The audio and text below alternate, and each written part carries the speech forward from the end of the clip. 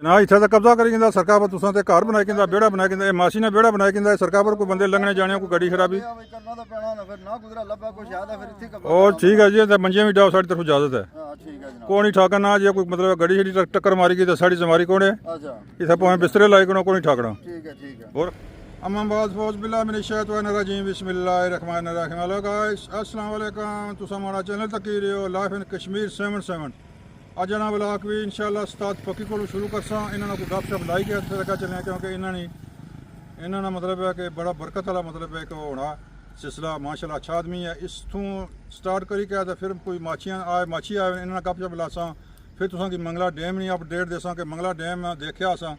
कि अज 15-16 दिन हो गए पानी बिल्कुल खलतिया इंतहाई खतरनाक सूरत हाल अख्तियार हो गई है क्योंकि ज़्यादा देर पानी खलिया तो जगह गिली हो जानी तो मकान बहने ने तरसने ने ज़मीन बोश होने ने खतरा लिहाजा अल्लाह ताला खैर करे तो खतरा टले पानी लेना शुरू है क्योंकि इसकी लिमिट लेने नहीं अबर हो गई है लिहाजा पानी लेना चाहिए तो फिर भी रौनक तो पानी चढ़िया तो रौनक जनाब बड़िया रौनक लगियाँ जनाब माछी शाचियाँ गपशप लासा आओ चले जनाब मंगला डैम नहीं अपडेट तो माछियाँ ना गपशप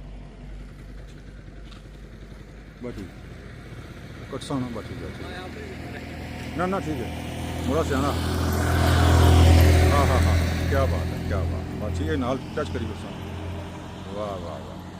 क्या बात well well well well well बाची गया हाँ हाँ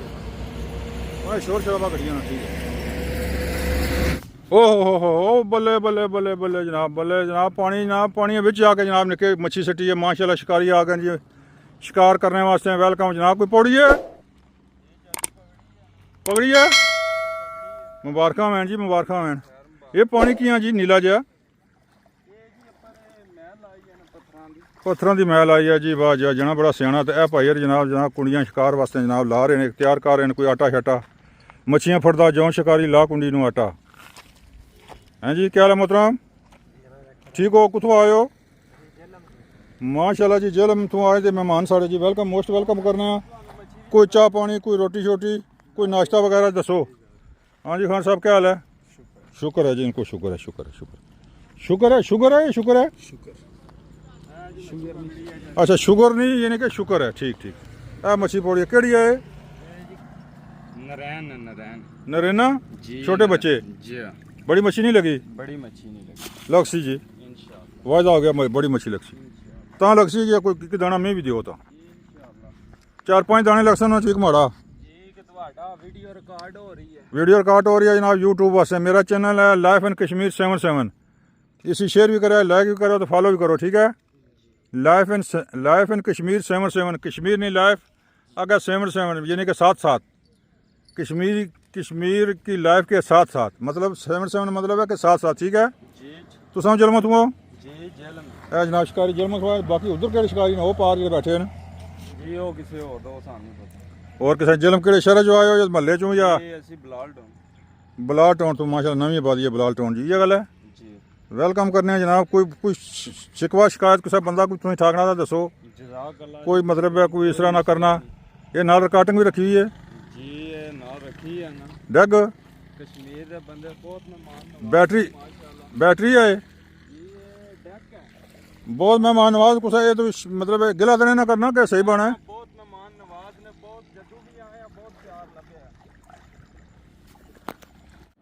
लो जनाब शिकारियां ना मुलाकात करासा तो कोई जलम तो आया कोई जनाब पिंडियों बाद कोई बादशाह डेरे ला भी निका समान है जी क्या गल है कि नसी गए झकना यार तू तक अपने तक अपनी कुड़ियां तक हाँ जी मतलब क्या हाल है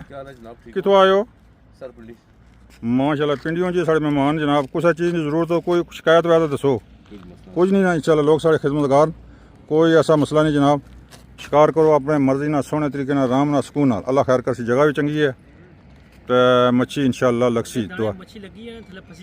ओहो इधर जो दाना लगता है ना वो जहाँ पे फंस जाते हैं सर इतने केड़ी जगह ही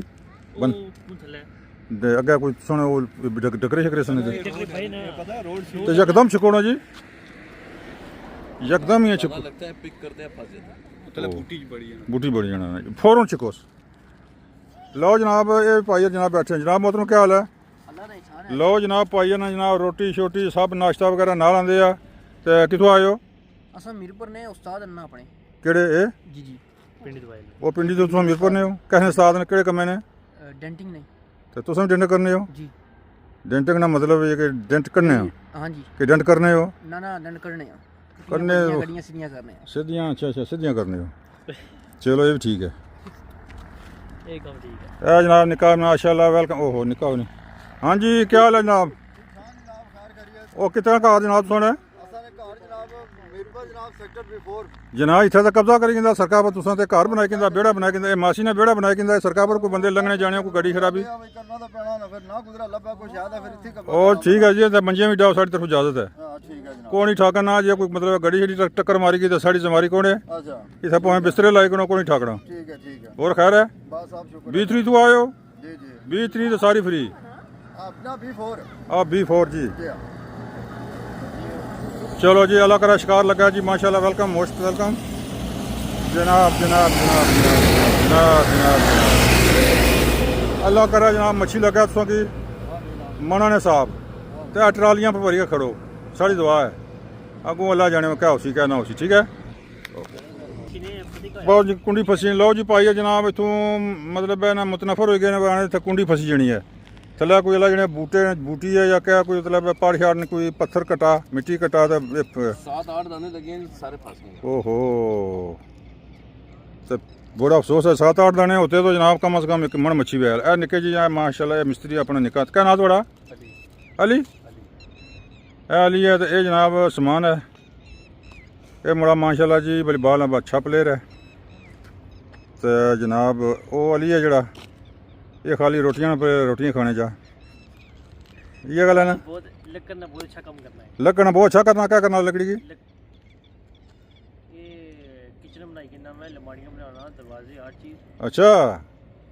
किचन बनाना अलमारियां बनाना दरवाजे बनाना ठीक है जी ना अच्छा कारीगर अच्छा करेगा जी ये गल है मजाक है उसे बंदे चाहिए ना वह जनाब तो इसने ना रब्ता करो लकड़नी लवाना किचन बनवाना हाँ किचन बना के तो मुड़ी कुछ साल बाद मुड़ी सी फिर दावत दो किचन मलाजा का तो किचन की सफाई करनी है तो फिर भी जनाब ये तको किस तरह चीनी आटा तो रोटियां किस तरह खाएगा तो किणी के ला जाना सही है ना ठीक हो लो जनाब जी शिकारिया जी कितों आए हो ये मीरपुर तो आए नहीं जी कुंडी दूर नहीं गई हाँ ठीक है ये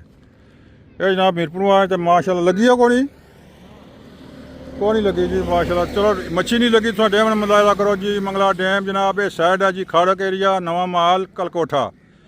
पानी बिल्कुल फुलो फुल है नाल पानी नहीं अपडेट भी तो शिकारियां ना भी गपशप तो इंशाअल्लाह अल्लाह दे हुक्म नाल फिलहाल पानी फुल अपनी हद्दां पर खलते ना घटिया ना वधिया अज कम से कम 15-20 दिन हो गए ये जनाब पानी ओवर स्टे हो गया पानी ओवर स्टे हो गया पानी तो खतरा बनने वास्ते भी बहुत खतरा क्योंकि ज़्यादा देर पानी रहे तो बन्ने मिट्टी ना रह रहा तो इसने फिर मिट्टी गिली ज़्यादा हो सकनी है तो बहरहाल पानी मनियाद तो ख़त्म है ढलना चाहिए ना लेकिन कोई पता नहीं की नहीं ढलना क्योंकि पंजाब च लोड़ कोनी लिहाजा जनाब शिकारियां ने गपशप हो तो अगली मजीद तुसें दस लो जनाब जी उस्ताद फक्की जी आ गए वेलकम फिर दोबारा जनाब तक इन्होंने गाह खाए मुड़े निके माशाल्लाह जी अल्लाह करे कोई ना हाँ क्या ने ओके ना खाली तकने वाले ने और ना तेज दे मुड़े सब कुछ कहीं जैसे एक मिलता है एक मिनट ही ना थोड़ी रेड़ी खरीदी सकने ना क्या करना है अल्लाह ने नहीं बचकारा कितने नहीं होशिया 10,000 नहीं होशिया 15 नहीं होशिया हाँ कितने नहीं है खाली 20,000 मशीन है हमारी 35,000 मशीन हो गई है ये मशीन अल्लाह किसी पे ही जंग है 35,000 जंग पे है 1000 रुपया किलो है 1000 रुपया किलो ओ ना जी चलो चलो जी उस्ताद जी ठीक है वाकई तुम लखा नहीं लगाना है लखा नहीं है